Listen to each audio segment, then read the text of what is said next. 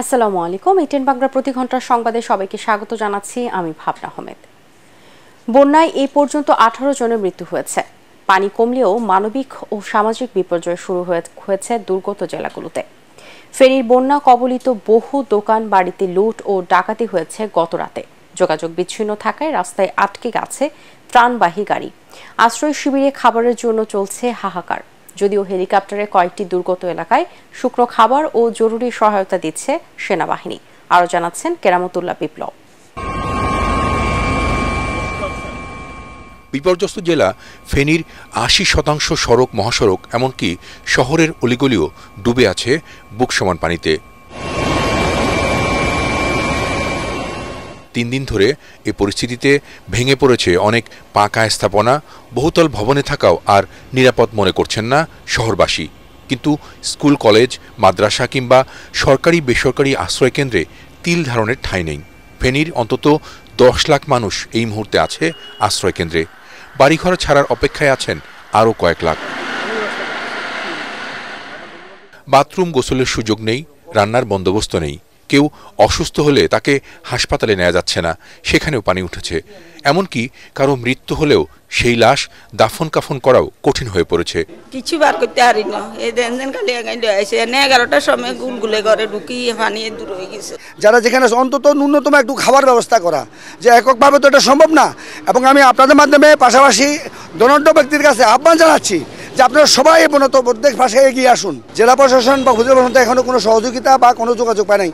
কবর খোঁড়ার মতো শুকনো মাটি নেই ফেনীর বেশিরভাগ এলাকায়। আশ্রয়কেন্দ্রগুলোতে খাবারের জন্য কাঁদছে শিশুরা, অসুস্থ হয়ে পড়ছেন বৃদ্ধরা। এ যেন এক মহাবিপর্যয় নেমে এসেছে, যা এর আগে আর কখনো দেখেননি ফেনীবাসী। আমার জি দুইটা ঘর তো ডুবে গেছে, ঘর থেকে আরেক জায়গায় গেছি বাঁচার জন্য, সেখানেও ডুবে গেছে। ত্রাণ সহায়তা আর সেবা নিয়ে সারা দেশ থেকে হাজারো মানুষ ছুটছেন ফেনীর দিকে। যে যা পারছেন তাই সাথে করে নিয়ে যাচ্ছেন, কিন্তু এর বেশিরভাগই প্রকৃত ক্ষতিগ্রস্তদের কাছে পৌঁছানো যাচ্ছে না। থই থই পানি চারিদিকে, রাস্তাঘাট সব ভাঙা। নৌকা, ট্রলার কিংবা স্পিডবোট যে যেখানেই পারছেন ব্যবহার করছেন পানিবন্দী মানুষকে উদ্ধারের জন্য। কেউ যাবেন না, পানির স্রোত অনেক বেশি। একেবারে দুর্গত এলাকাগুলোতে বৃহস্পতিবার থেকেই শুকনো খাবার ও জরুরি ত্রাণ সহায়তা হেলিকপ্টারে পাঠাচ্ছে সেনাবাহিনী, র্যাব সহ বিভিন্ন সংস্থা। সেনাবাহিনী প্রধান জেনারেল ওয়াকার উজ্জামান নিজেও শুক্রবার ঘুরে দেখেছেন ফেনীর পরশুরাম উপজেলার বেশ কিছু এলাকা। পরিস্থিতি কিভাবে মোকাবেলা করা যায় তার নির্দেশনাও দিয়েছেন তিনি। ওদিকে বন্যার পানি নামতে শুরু করেছে চট্টগ্রামের দুর্গত এলাকাগুলো থেকে। ফটিকছড়ির সুন্দরপুর সহ বিভিন্ন ইউনিয়নে আটকা পড়া লোকজনকে উদ্ধার করছে সেনাবাহিনী সহ বিভিন্ন সংস্থার স্বেচ্ছাসেবীরা। অন্তত 50,000 মানুষ পানিবন্দী হয়ে আছে বাসাবাড়ির ছাদ ও চালে। মনু নদীর পানি কিছুটা কমলেও মৌলভীবাজারের কুলাউড়া, জুড়ি, কমলগঞ্জ, রাজনগর ও সদর উপজেলার বেশ কয়েকটি ইউনিয়নে 3 লাখেরও বেশি মানুষ রয়েছে পানিবন্দী। স্থানীয় প্রশাসন জানিয়েছে জেলার অন্তত 40টি ইউনিয়নের 450টি গ্রাম প্লাবিত হয়েছে এবারের বন্যায়। 98টি আশ্রয়কেন্দ্র খোলা হয়েছে। দুর্গত বেশিরভাগ এলাকায় 2 দিন ধরে বিদ্যুৎ নেই, বিচ্ছিন্ন হয়ে গেছে মোবাইল নেটওয়ার্ক।